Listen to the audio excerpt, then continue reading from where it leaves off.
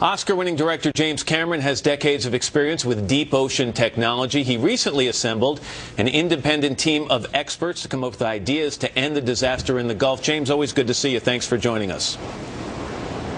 Morning. Thanks for having me on the show. Obviously there's so much frustration with what is going on in the Gulf and what isn't going on in the Gulf. Your frustration really was evident in some comments you made last week. I want to play those for people, and then I want to give you a chance to explain what you were talking about. All right, take a listen. Over the last few weeks, I've watched, as we all have, with growing sort of horror and heartache, watching what's happening in the Gulf and thinking those morons don't know what they're doing. Who are you referring to? What did you mean by that, James? I know you thought you were misunderstood a little bit. Well, I was talking about the BP people who were out at the scene trying to control the leak, and what I was doing is, it's a classic out of context kind of quote.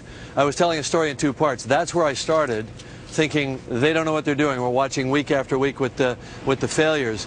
I got into it with this team of experts, including some petrochemical engineers and some people who really know a lot about deep well control and deep drilling. And we found out that our team found out this is a very, very complex problem. There's a lot going on, 18,000 feet below the surface of the water here, 13,000 feet down a borehole.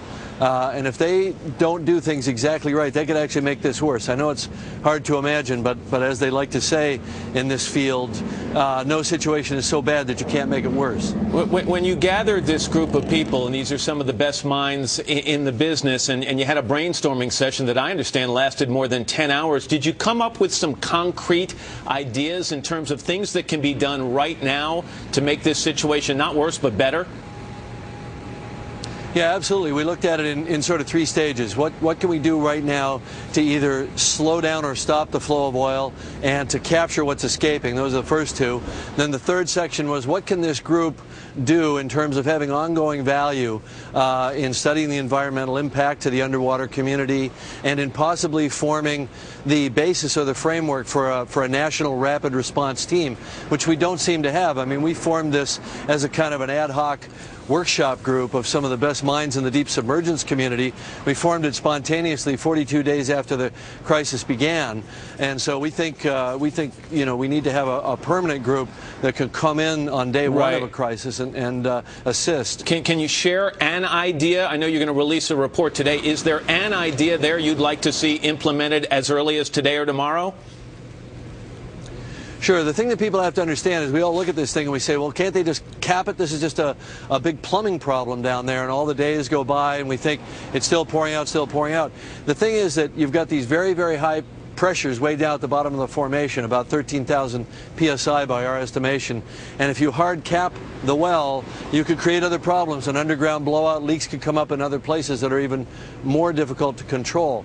So we believe that what you need to do, our group's recommendation, is go back to the top kill type of process where you get heavy oil drilling mud down the well, build up some hydrostatic pressure. And the way we think you do this is you throttle the well at the surface. You create enough back pressure, which they didn't have before. I know you feel that right now the only images we're seeing, and you're right about this, are coming from BP-controlled cameras. You would like to see some independent cameras down there. Is the reason for that, do you think that BP is only showing us what they want to show us?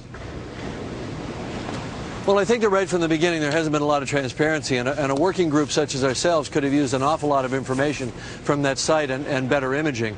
And, it's more of a philosophy. Does the government want to rely on BP or another oil company for all of its intel coming out of the site, or do they want to have their own independent capability to go in and see what's happening? We have that ability. We have submersibles, we have ROVs, we have all kinds of vehicles that could get down there. We have experienced operators.